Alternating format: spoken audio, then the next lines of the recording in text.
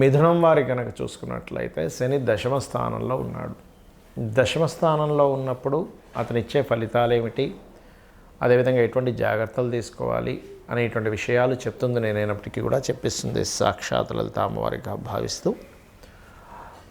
దశమం కేంద్ర స్థానం, అందులో ముఖ్యంగా ఉద్యోగ కేంద్రంగా చెప్తూ ఉంటాం. ఆ యొక్క ఉద్యోగ కేంద్రంలో ఉన్నటువంటి శని భగవానుడు పర్టికులర్గా ఇక్కడ మీకు కలిగేటువంటి ఫలితాలు ఏమిటి అని చెప్పి చూసుకున్నట్లయితే, ఈ కాంబినేషన్ ఏదైతే ఉందో ఉద్యోగ సంబంధించిన విషయం మీద ప్రభావితం చేస్తూ ఉంటుంది. అంటే ఎలాగా, అధిక శ్రమ ఉద్యోగంలో, అది కేవలం ఉద్యోగంలోనే కాకుండా వివాహ సంబంధించిన విషయం మీద కూడా. ఎందుకంటే ఇక్కడ లగ్నంలో గురువు ఉంటూ శని యొక్క ప్రభావం చేత గురువు ఉన్నాడు అక్కడ, మరియు అదేవిధంగా రాహు యొక్క దృష్టిలో గురువు ఉన్నాడు అక్కడ. అంటే శని అంటే కేవలం ఒక్క శని మాత్రమే పనిచేయడం కాకుండా శని నుంచి ఉండేటువంటి గ్రహాలు ఏవైతే ఉన్నాయో వాటన్ని ఎనర్జీస్తోనే అక్కడ వర్కౌట్ అవుతూ ఉంటుంది. కాబట్టి కొంచెం వివాహ నిర్ణయాలు, ఉద్యోగ సంబంధించిన విషయాల్లో ఉద్యోగాలు వస్తాయి, కొత్త ఉద్యోగ అవకాశాలు వస్తాయి, అందులో ఎటువంటి డౌట్ లేదు. కాకపోతే ఈ కాంబినేషన్ ఉన్నప్పుడు మరి మంచి ఎంతో కొంత జరగాలి కదా, ప్రతి వ్యక్తికి కూడా ఆశ ఉంటుందిగా నాకు ఏదైనా ఒక మంచి జరుగుతుందేమో అని. గతంలో స్టూడెంట్స్కి ఏదైనా బ్యాక్లాగ్స్ ఉండిపోయాయి అనుకోండి, ఆ బ్యాక్లాగ్స్ క్లియర్ అవ్వడం, గతంలో ఆగిపోయినటువంటి గృహం ఏదైనా ఉంది కన్స్ట్రక్షన్లో, అది మరలా రీకన్స్ట్రక్ట్ చేయడము, పాతగా అయిపోయిందండి పక్కన పడేసాము, ఆ వెహికల్ ఇప్పుడు వాడట్లేదు, దాన్ని మళ్ళీ రీమోడల్ చేసుకొని కొంత దాన్ని ముందుకు తీసుకెళ్ళడము, గృహము, వాహనము, విద్యా సంబంధించినటువంటి అంశాలలో చక్కగా కలిసి రావడము, ఇటువంటివన్నీ ఇస్తున్నాయి. అయితే మూడో స్థానంలో ఉండేటువంటి కేతువు కూడా సహజంగా చూసుకుంటే మనకి ఓ రకంగా మంచిదే, పాపగ్రహాల 3లో ఉన్నా 10లో ఉన్నా. కాకపోతే మీకు ఇక్కడ శని యొక్క ప్రభావం మరింత మంచి ఫలితాలు రావాలి అంటే మీరు పితృదేవత ఆరాధన ఎక్కువగా చేస్తుండాలి, భాగ్యస్థానంలో రాహువు ఉన్నందుకు. కాబట్టి అమావాస్యలు వచ్చిన ప్రతిసారి కూడా స్వయంపాకం అంటాం, అంటే బియ్యము, 2 రకాల కూరగాయలు, పప్పులు, ఉప్పులు, ఈ చింతపండు ఇలాంటి పదార్థాలు ఏవైతే మనం వండుకుంటాం, నూనె అన్నీ కలిపి మీకు దగ్గరలో టెంపుల్లో ఉండే పురోహితుడికి, బ్రాహ్మణుడికి ఇవ్వండి. తద్వారా రాహు ఎనర్జీస్తో ఉండే దశమంలో ఉండే శని పాజిటివ్ ట్రిగర్ అవ్వడం వల్ల విదేశీ అవకాశాలు, విదేశాల్లో ఉద్యోగం చేయడం, ఇక్కడి నుంచే విదేశీ సంబంధించిన విషయాల మూలంగా కొంతవరకు లబ్ధి కలగడం అనేటువంటిది జరుగుతుంది.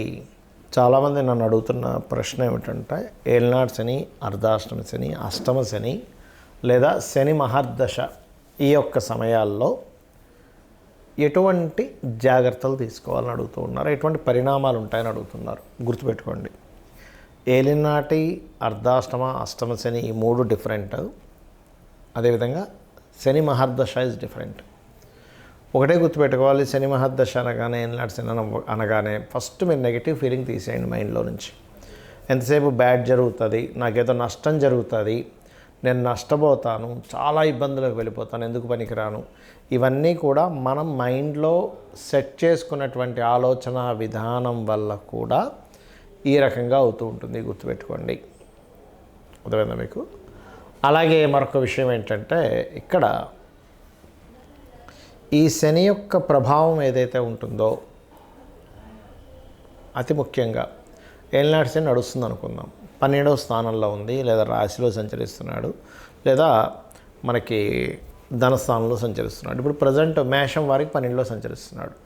అంటే ఏంటి, మేషరాశి వారు ఇన్వెస్ట్మెంట్స్ విషయంలో చూసుకొని ఇన్వెస్ట్మెంట్ చేయాలి, ఇది ప్రధానంగా. ఇక మీనం వారికి రాశిలో సంచరిస్తున్నాడు. రాశిలో సంచరిస్తున్నాడంటే దాని అర్థం కొన్ని నిందలు పడవలసిన పరిస్థితి ఉంటుంది, ఎక్కువ స్ట్రెస్ ఉంటుంది. అంటే ఓవర్ స్ట్రెస్ అవ్వవలసి వస్తుంది, కొంత నిందలు పడవలసి వస్తుంది, ఇప్పుడు టైం అలా ఉంది అని చక్కగా మీరు దానికి సంబంధించిన నింద పడతామనుకునే విషయాల్లో జాగ్రత్తగా ఉండాలి. ఇంకొంతమందికి ఇప్పుడే స్టార్ట్ అవుద్ది ఏలినాటి శని, అదెవరికి అని చెప్పి తీసుకున్నట్లయితే అది ముఖ్యంగా తీసుకెళ్ళిపోండి అన్న ఫోన్, ఇక్కడ ఫోన్ తీసుకెళ్ళండి.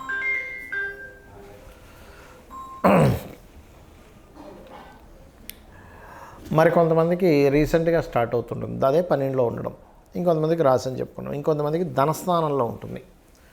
ధనస్థానంలో శని భగవానుడు ఉన్నాడు అంటే దాని అర్థం ధన విషయాల్లోని కుటుంబ సంబంధించిన విషయాలు. ఇది కుంభం వారికి ఉంది ప్రజెంట్. ధనస్థానాలు అంటే ఎండింగ్ స్టేజ్లో ఉంది. ఇంకో సంవత్సరంలో కుంభం వారికి అయిపోతుంది. అంటే ఎప్పుడైనా ధన స్థానంలో ఉన్నప్పుడు కుటుంబ ధన వ్యవహారాల విషయంలో డిస్టర్బెన్స్ వస్తాయి. ఆ సమయంలో ఆ యొక్క విషయాల్లో జాగ్రత్తగా ఉండాలి. ఇక అదేవిధంగా అర్ధాష్టమ శని అంటారు. అంటే చంద్రరాశి నుంచి 4వ స్థానంలో, అది ఇప్పుడు ప్రజెంట్ ధనస్సు వారికి నడుస్తుంది. ధనస్సు వారికి అర్ధాష్టమ శని నడిచేటప్పుడు మీరు ఏదైనా ప్రాపర్టీ కానీ, వాహనం కానీ, గృహం కానీ కొనుగోలు చేసేటప్పుడు ప్రధానంగా ఈ యొక్క విషయాల్లో జాగ్రత్త వహించాలి. ఇక అష్టమ శని సింహరాశి వారికి నడుస్తుంది.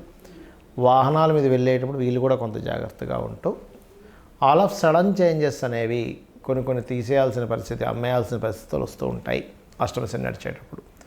అంటే దీని అర్థం ఏమిటి? మీరు ఏదైనా ఒక ప్రాపర్టీ అష్టమ శనికి ముందు జస్ట్ అప్పుడే తీసుకుని ఉంటే, లేదా అష్టమ శనిలో తీసుకుని ఉంటే అది నిలబడదు.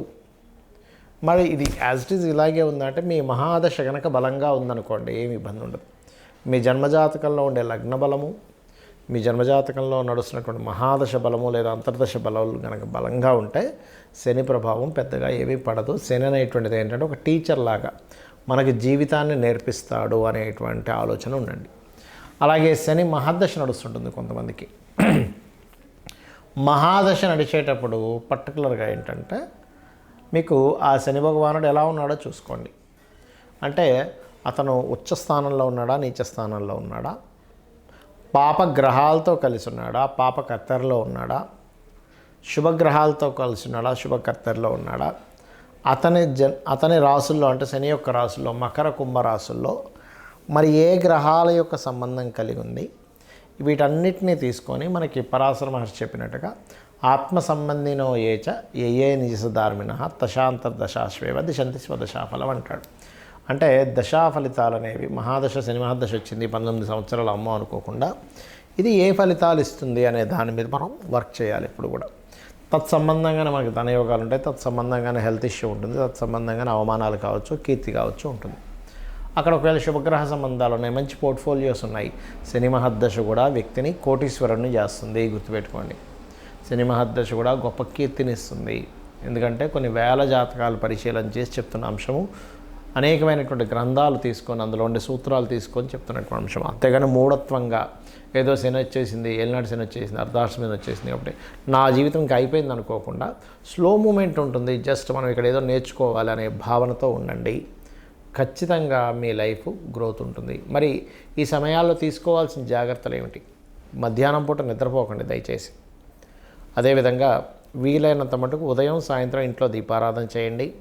ఆంజనేయ స్వామి ఆలయానికి కానీ సుబ్రహ్మణ్యేశ్వర స్వామి ఆలయాలకు కానీ రెగ్యులర్గా వెళ్తూ ఉండండి. అదేవిధంగా మరొక విషయం ఏంటంటే ఇక్కడ మీరు ఈ ముఖ్యంగా ఎప్పుడైనా సరే మీకు దగ్గరలో ఉండేటువంటి ఓల్డేజ్ హోమ్స్ కానీ లేకపోతే మీ ఇంట్లో పెద్దవాళ్ళు ఉంటారు, తాతయ్యలు, నానమ్మలు, అమ్మమ్మలు, ఇలాంటి వారికి మీరు ఏదైనా సేవ చేయడము, కార్మికులకి, కర్షకులకి మీరు ఏదైనా సరే ఇవ్వడం, అంటే వాళ్ళ పిల్లల గురించి కానీ వాళ్ళకి ఏదైనా ఒక సహాయం చేయడం చేస్తూ ఉండండి. కార్మికులకి, కర్షకులకి శని కారకుడు అంటూ ఉంటారు. అదేవిధంగా లలితా సహస్రనామాల్లో ఓం అనాకలిత సాదృశ్య చుబుకశ్రీ విరాజితాయే నమః అని మంత్రం చేయండి. నువ్వుల నూనెని శివాలయాల్లో కానీ ఆంజనేయ స్వామి ఆలయాల్లో కానీ వాడుకోవడానికని ఇవ్వండి. గోవులకి బెల్లం తినిపించండి. మధ్యాహ్నం పూట పొరపాటును కూడా యువకులు నిద్రపోకండి. అన్ని విధాలా మీకు శని యొక్క అనుగ్రహం కలుగుతుంది. శ్రీమాత్రే నమః.